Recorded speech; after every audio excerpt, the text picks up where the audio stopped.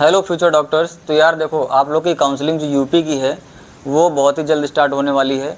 वो आपकी लगभग 11 तारीख में 12 बजे के आसपास से आपका वेबसाइट खुल जाएगा, तो वहाँ आपका रजिस्ट्रेशन स्टार्ट हो जाएगा।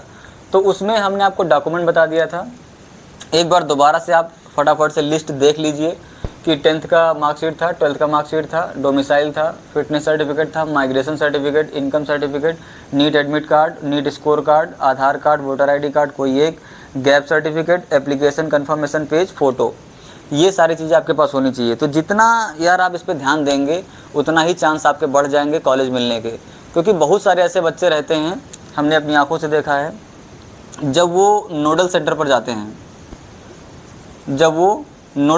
जाते हैं तो वहाँ पर जैसे ही उनकी एंट्री होती है, एंट्री के तुरंत बाद वो बाहर निकाल दिए जाते हैं, क्योंकि कोई ना कोई डॉक्यूमेंट उनके पास मिसिंग रहता है। ठीक, तो वहाँ से बाहर निकाल दिए गए।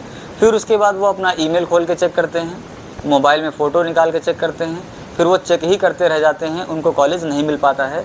जबकि उनके नंबर, जो उनके मार्क्स हैं, उनके मार्क्स बहुत अच्छे रहते हैं कि उनको एक अच्छा कॉलेज मिल जाएगा जो वो चाह रहे हैं। तो मार्क्स भी हैं, सब कुछ है, और मार्क्स तभी आते हैं जब आप अच्छी मेहनत करते हैं। तो अच्छी मेहनत भी कर रहे हैं वो, और बढ़िया साल भर दबा के मेहनत किए हैं, अच्छे से एग्ज़ाम दिए हैं, और एग्ज़ाम देने के बाद जब उनका रिजल्ट भी आ गया है और वो एलिजिबल भी हैं कि उनको कॉलेज अच्छा सा मिलना चाहिए, लेकिन बस एक छोटी छोटी गलती, डॉक्यूमेंट सही से ना रख पाने की वजह से, ठीक ना होने की वजह से, सही से स्कैन न कर पाने की वजह से, ये सारी समस्याएं आती हैं कि नोडल सेंटर पर जाते हैं, वहाँ से भगा दिए गए, वहाँ से उनका काम नहीं हो पाया। और उसके बाद वहाँ पर एक प्रॉपर टाइम होता है कि नोडल सेंटर में आपका स्लॉट ये है, इस स्लॉट में आपको वहाँ पर फिजिकल वेरिफिकेशन कराना पड़ेगा। ठीक है, काउंसलिंग में इसी तरीके से डॉक्यूमेंट जो होते हैं बहुत ही साफ़ सुथरे, आपके नीट और क्लीन होने चाहिए, और स्कैनिंग बहुत अच्छी होनी चाहिए। तो स्कैन जब यहाँ पर देखिए, डॉक्यूमेंट जब आपका जो होगा वो स्कैन जब बहुत अच्छे तरीके से होगा, तो वहाँ पर जब वहाँ पर वेरीफाई होता है तो वो बहुत अच्छे से वेरीफाई हो जाएगा। कुछ बच्चों का क्या होता है कि मोबाइल से फ़ोटो खींच लिया, फ़ोटो फिर ब्लर हो जाता है, ठीक से दिखता नहीं है, तो वो वेरीफाई नहीं हो पाता है। जब ऑनलाइन ही वेरीफाई नहीं हो पाएगा तो फिर ऑफलाइन में भी वेरीफाई होने में प्रॉब्लम रहती है। ये सारी समस्याएं आपके साथ ना हो, इसलिए, क्योंकि कई सारे बच्चों को मैंने देखा है वो बहुत परेशान होते हैं। तो ये सारा आपके पास डॉक्यूमेंट होना चाहिए। और बहुत सारी चीज़ें होती हैं जैसे कि गैप सर्टिफिकेट आपका काउंसलिंग के टाइम पे हो सकता है कि ना लिया जाए, लेकिन जब आप एडमिशन के टाइम पे जाएंगे, कॉलेज की रिपोर्टिंग करेंगे, तो वहाँ पर मैं इसलिए कह रहा हूँ कि पहले से आप सब कुछ बनवा लीजिए, क्योंकि अभी आपके पास टाइम है। जब आप वहाँ पर रिपोर्टिंग आपको हो जाएगी, फिर कॉलेज रिपोर्ट करने जाएंगे, एडमिशन लेने जाएंगे, तो हो सकता है वहाँ पर आपके पास इतना टाइम ना हो। ऐसा नहीं कि आपका एडमिशन नहीं होगा, लेकिन आपका एडमिशन होगा पर आप परेशान किए जाएंगे।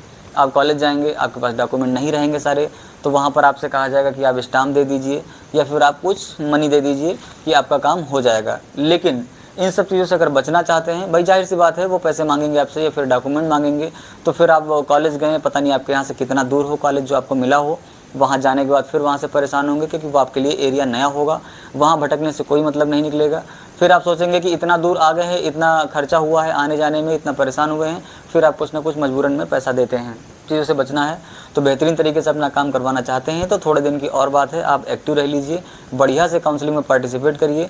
अगर आप काउंसलिंग में कोई प्रॉब्लम आती है तो आप डिस्क्रिप्शन बॉक्स में आपका यहाँ पर मेरा नंबर दिया गया है, और वहाँ पर आप हमसे बात कर सकते हैं। कोई प्रॉब्लम आती है तो वहाँ पर क्वेरी कर सकते हैं, या फिर बहुत सारे यूट्यूब चैनल आपके यूट्यूब पर मिल जाएंगे जो काउंसलिंग की ही वीडियो बनाते हैं, तो वहाँ पर भी आप देख सकते हैं कि काउंसलिंग जो आप करवाने जा रहे हैं, अगर आपको एक होता है कि मैं एग्ज़ाम दे करके फ्रस्ट्रेट हो चुका हूँ, अब मुझे कॉलेज ही चाहिए, तो वहाँ पर आप कोई भी रिस्क ना लीजिए।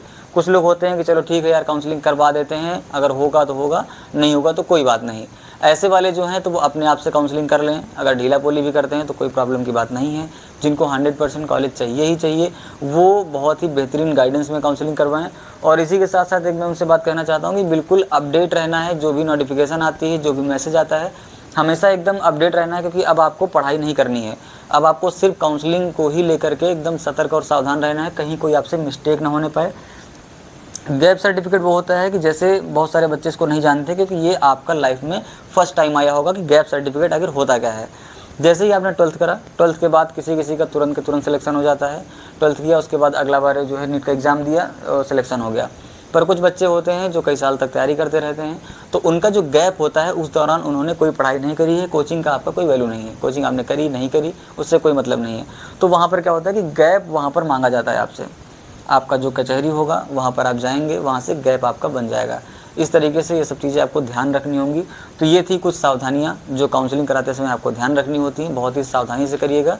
आप लोग वीडियो को जब भी देखा करें तो पूरा देखा करें, क्योंकि आपको कोई भी जानकारी अगर आप मिस कर देंगे तो फिर कोई मतलब नहीं निकलेगा। तो वीडियो को पूरा देखिए और वीडियो को लाइक कर दिया करिए, चैनल को सब्सक्राइब कर लीजिए, ताकि ऐसे ही आपको इन्फॉर्मेशन लगातार मिलती रहे।